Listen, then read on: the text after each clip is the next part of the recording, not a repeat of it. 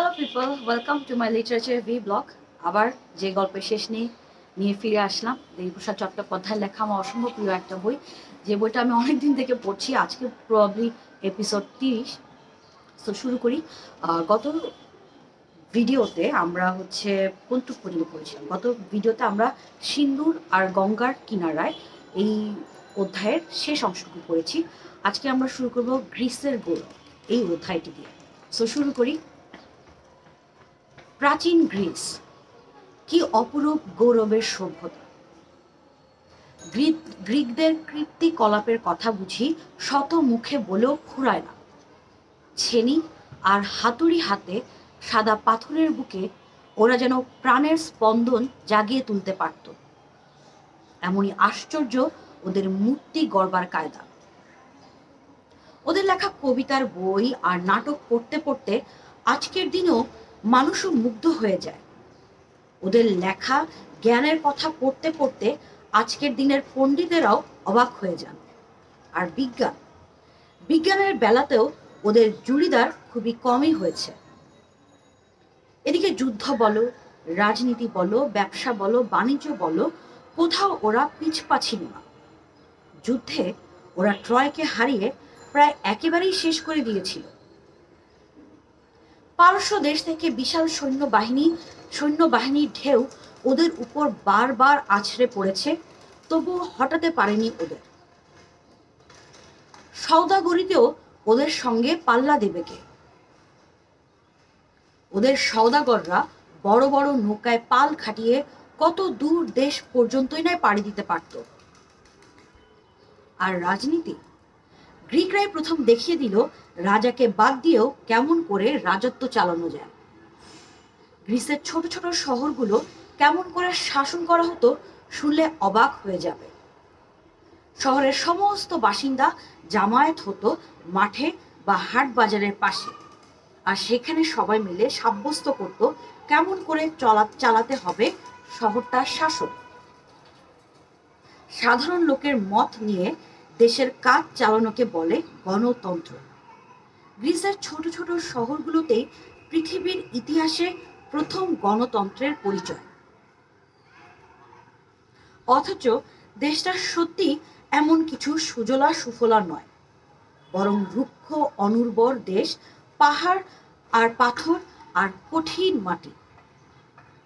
তাই পৃথিবীর সঙ্গে লড়াই করবার দায়টা অনেক বেশি। নীল নদ কিংবা গঙ্গা আর সিন্ধুর কিনারার সভ্যতা গড়বার জন্য যতখানি মেহনত দরকার, তার চেয়ে অনেক বেশি মেহনত দরকার পড়েছিল গ্রিস সভ্যতা গড়ে তোলবার জন্য। আর যদি তাই হয়, তাহলে ওরা এমন আশ্চর্য শিল্প, অমন নাটক আর কবিতা, অমন গভীর জ্ঞানের চর্চায় অতটা মন দিতে পারলো কেমন করে ওরা সময় পেল রাজনীতি নিয়ে অত মাথা ঘামাবার, সাগর পাড়ি দিয়ে অমন সওদাগরি জমাবার, যুদ্ধ বিগ্রহের ব্যাপারে অমন অসাধারণ ওস্তাদ হয়ে উঠবার। অমন রুক্ষ দেশে নিছক বেঁচে থাকবার জন্য যতটা মেহনত দরকার, সেই মেহনত করতেই তো মুখে রক্ত উঠবার কথা।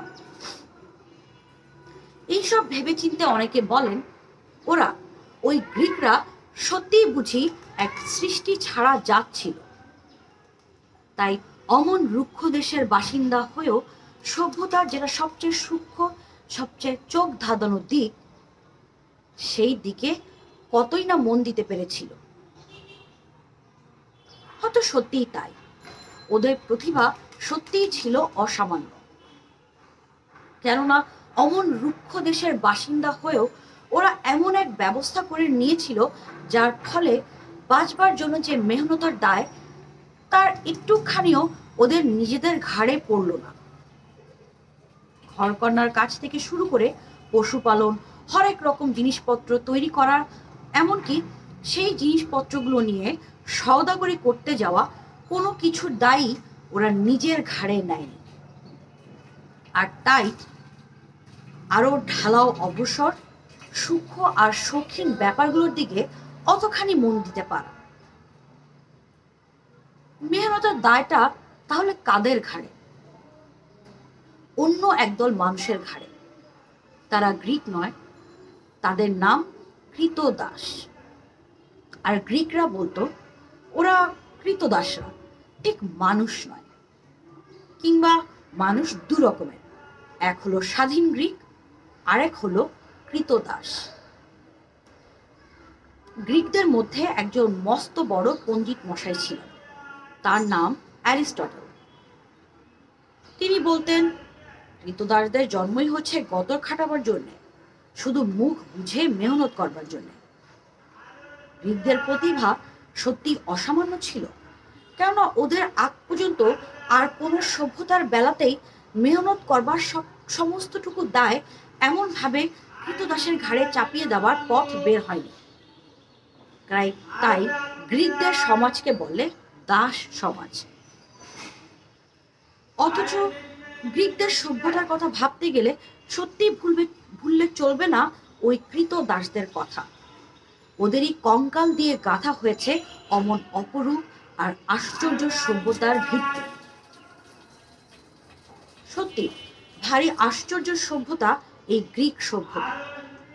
আশেপাশের অন্ধকারের মধ্যে যে প্রদীপের মতো জ্বলজ্বল করছে, আর সেই প্রদীপের আলো ২-৩ হাজার বছরের ফাঁক পেরিয়েও আমাদের চোখ পর্যন্ত ঠিকরে আসে, আমাদের চোখ ধাঁধিয়ে যায়। অথচ প্রদীপ জ্বালাতে গেলে তেল পোড়াতে হয়। ওদের বেলায় তেল ছিল ওই লক্ষ লক্ষ কৃতদাসদের জীবন। তাদের জীবন তিলে তিলে ক্ষয়ে গেছে, শেষ হয়ে গেছে, আর তবেই জ্বলে উঠেছে ওদের সভ্যতার অমন উজ্জ্বল আলো।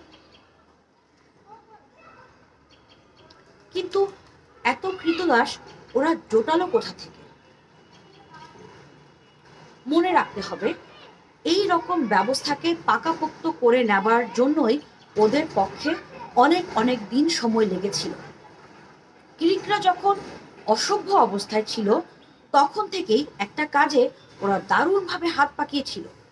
সে কাজ হলো যুদ্ধের কাজ। আর যুদ্ধের কাজে অমন পাকা বলেই আশেপাশের নানান জাতকে ওরা অনায়াসে হারিয়ে দিতে পেরেছে পালে পালে কৃতদাস জোগাড় করতে। এইখানে আবার আগেরকার একটা কথা মনে করিয়ে দেয়। মানুষের গল্পকে ভুল বুঝো না।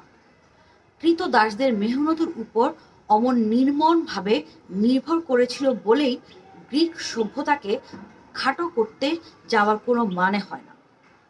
মনে রেখো, তখনকার অবস্থাটা ছিল তখনকার মতোই অবস্থা। সেই অবস্থায় কৃতদাসদের মেহনতের উপর অমন নির্ভর করতে না পারলে যে চলতো না। গ্রিক সভ্যতা মানুষের ইতিহাসে যে অপরূপ ঐশ্বর্য দিয়ে গেছে, তার তুলনা সত্যি খুব কম। বিজ্ঞান, দর্শন, শিল্প, রাজনীতি কতই না। অবশ্য এই সভ্যতার ভিত্তিতে ছিল কৃতদাসদের নির্মমভাবে শোষণ করবার ব্যাপার। সে কথা ভুলে যাওয়া যে রকমের ভুল হবে, সে রকমই গলদ হয়ে যাবে যদি শুধু সেই কথাটুকুকেই মনে রাখো আর গ্রিক সভ্যতার অন্য দিকগুলোর কথা ভুলে যাও। তখনকার অবস্থা ছিল তখনকার অবস্থায়। গ্রিকদের ঘরে বিজলি বাতি ছিল না, আকাশে ছিল না উড়োজাহাজ। কিন্তু এই নিয়ে কি ওদের সভ্যতা সম্পর্কে নাক তুলতে যাওয়াটা ঠিক হবে? নিশ্চয় নয়। কেননা তখন যে বিজলি বাতি আবিষ্কারই হয়নি উড়োজাহাজ। আর ঠিক তেমনি ভাবে তখনকার কালে ওদের পক্ষে কৃতদাসদের মেহনত বাদ দিয়ে অমন আশ্চর্য সভ্যতা গড়ে তোলবার অবস্থা সৃষ্টি হয়নি। আরো একটি কথা আছে, আজকের মানুষ যে এতখানি ঐশ্বর্যের মালিক হয়েছে, তা তো আর রাতারাতি হওয়ার মতো নয়। আর তার জন্য এগোতে হয়েছে ধাপে ধাপে, অনেক দুঃখ, অনেক হাহাকারের অন্ধকার ঠেলে ঠেলে। এছাড়া এগোবার আর কোনো পথই হয় না, সম্ভবই নয়। আজকের মানুষের সামনে এক বিরাট বিশাল ভবিষ্যৎ, যেন আলোয় ঝলমল, আনন্দে টলমল। কিন্তু অত বছর আগে মানুষের সামনে অমন ভবিষ্যৎ কোথায়? আর ওই দাস সমাজকে পেরিয়ে আসতে মানুষ যদি রাজি না হতো, তাহলে আজকে এই অবস্থায় পৌঁছানো তার পক্ষে সম্ভবই হতো না। তাই কৃতদাসদের মেহনত লুট করবার নির্মম কাহিনী ভুলে যাওয়া যেরকম ভুল হবে, সেরকম ভুল হয়ে যাবে গ্রিক সভ্যতার সমস্ত মূল্য উড়িয়ে দিতে যাওয়া। আমরা গত কয়েক পর্ব থেকে আমরা এই বিভিন্ন সভ্যতার গল্পগুলো আমরা শুরু করেছিলাম মিশরের সভ্যতা দিয়ে, নীল নদের পাড়ে যে মিশরের সভ্যতা, সেই সভ্যতা। এরপরে আমরা গঙ্গা ও সিন্ধু সভ্যতা সম্পর্কে জেনেছি। এরপরে আসলাম আমরা প্রাচীন গ্রিস সভ্যতার সম্পর্কে, মানে প্রাচীন গ্রিস সভ্যতার এই অধ্যায়তে। তো এই প্রত্যেকটা সভ্যতা একটা কমন জিনিস ছিল হচ্ছে যে সাধারণ মানুষ, সাধারণ খেটে খাওয়া মানুষ বা আশেপাশ থেকে যুদ্ধ করে যাদেরকে নিয়ে আসা হয়েছে, তাদের জীবনের কোনো গল্প, তাদের জীবনের কোনো ইতিহাস, তাদের মেহনতের বা তাদের সাথে ঘটে যাওয়া যেসব বর্বর কাহিনীগুলো আছে, সেগুলো সম্পর্কে আমরা খুবই কমই জানি। আমরা তাদের মেহনতের উপর পাড়া দিয়ে যে ফসলটা, আমরা সেই ফলের গল্পগুলো জানি, সেই ফসলটাকে আমরা এখন চোখে দেখি। আর এই সাথে যদি আমরা শাসন ব্যবস্থার দিকে তাকাই, তাহলে আমরা দেখবো যে একদম প্রাচীনকালে আমরা সবাই একসাথে ছিলাম, কারণ আমাদের তখন রিসোর্সেস কম ছিল। আমরা অল্প কিছু শিকার করে অর্জন করতাম, বা অল্প একটু শিকার করতে পারতাম, বা খুব বেশি শিকার করতে আমাদের অত তখন সম্ভব ছিল না, কারণ তখন আমাদের হাতিয়ার উন্নত ছিল না। আস্তে আস্তে হাতিয়ার উন্নত হয়েছে, সেই সাথে আমরা একটু একটু করে আমাদের যে রিসোর্সেস তাকে আমরা বাড়াতে শিখেছি। কিন্তু তখন আদিম অবস্থাটা ছিল অনেকটা সাম্য অবস্থা, কারণ যেহেতু রিসোর্সেস অল্প ছিল আর মানুষ ছিল অনেক, সো অল্প একটু খাবারকে নিয়ে বা অল্প একটু জায়গাকে নিয়ে কীভাবে সবাই মিলেমিশে থাকতে পারি, সেটা নিয়েছিল হচ্ছে গল্প, বা সেটার উপরে সেই সময়কার মানুষরা কাজ করেছেন। তারপরে যখন আস্তে আস্তে আমাদের হাতিয়ার উন্নত হয়েছে এবং আমরা বেশি বেশি কাজ করতে পেরেছি, এবং তখন আমরা যে সম্পত্তি কনসেপ্ট, যে আমি এত বেশি কাজ করি, তো এই জিনিসটুকু আমার, এই চিন্তাটা যেদিন থেকে আমাদের মাথায় আসছে, এবং তার সাথে মায়া জাল, যে পৃথিবীতে যে নানা ধরনের দুর্যোগ আসে, তারপরে এই যে মানুষ মারা যাচ্ছে, মানুষের নানা ধরনের শারীরিক সমস্যা, যেগুলো তখন তারা চিকিৎসা করতে পারতো না, তখন তারা বিজ্ঞান সম্পর্কে, পৃথিবী প্রকৃতি সম্পর্কে অত কিছু জানতো না, তো তখন তারা একটা মায়া জাল সৃষ্টি করে two cope up with this পৃথিবী। তাদের এই দুঃখ যন্ত্রণা, এই দুর্দশা থেকে একটা মুক্তি লাভের আশা, এবং সবাই মিলে সমবেত হয়ে যখন আমরা কোনো একটা কিছু করি, ওটা কিন্তু আমাদের একটা শক্তি দেয়। তো সেই শক্তি থেকে, সেই মায়াজাল থেকে আমরা সৃষ্টি করেছি ধর্ম। এবং একসময় ধর্মে যারা পাণ্ডা পুরুষ ছিল, তারা আমাদেরকে শাসন করতো, এবং তারপরে আস্তে আস্তে যারা যোদ্ধা, তারা একসময় রাজা হয়ে গেল। তারপরে এই সব পাণ্ডা পুরুষরা রাজাদের আন্ডারে চলে গেল, এবং রাজারাই হলো সবচেয়ে বড় ক্ষমতাধর। এবং তারপরে আমরা সেই রাজাদেরকেও হটিয়ে দিলাম। রাজাদেরকে হটিয়ে দিয়ে আমরা এই যে গণমানুষ, আমরা কথা বলবো, আমাদের ইচ্ছা, আমাদের চাওয়া পাওয়া, আমাদের আশা আকাঙ্ক্ষার প্রতিফলন, মানে আকাঙ্ক্ষার নিয়ে যাতে কাজ করতে পারে, ওগুলোর প্রতিফলন যাতে ঘটে, এরকম যেসব টাস্ক বা যেই ধরনের ডিসিশন বা আইন কানুন করা দরকার, সেগুলো নিয়ে আমরা কাজ করা স্টার্ট করলাম।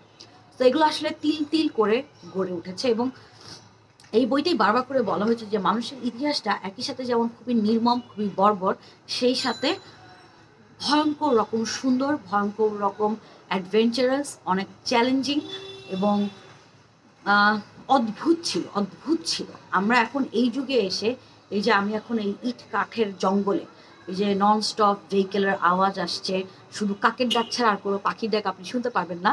সো আমরা আসলে অনেক অনেক দূরে এগিয়ে চলে আসছি। এবং আমি এই ভিডিওটা কিসে করছি, আমি একটা ফোন দিয়ে এই ভিডিও করছি, এবং এটা আমার একটা প্ল্যাটফর্মে দিব, যে প্ল্যাটফর্মে আমি এই পৃথিবীর অনেকগুলো মানুষের কাছে মুহূর্তে, নিমেষেই আমি আমার এই বইটাকে বা আমি আমার বার্তাকে ছড়িয়ে দিতে পারবো।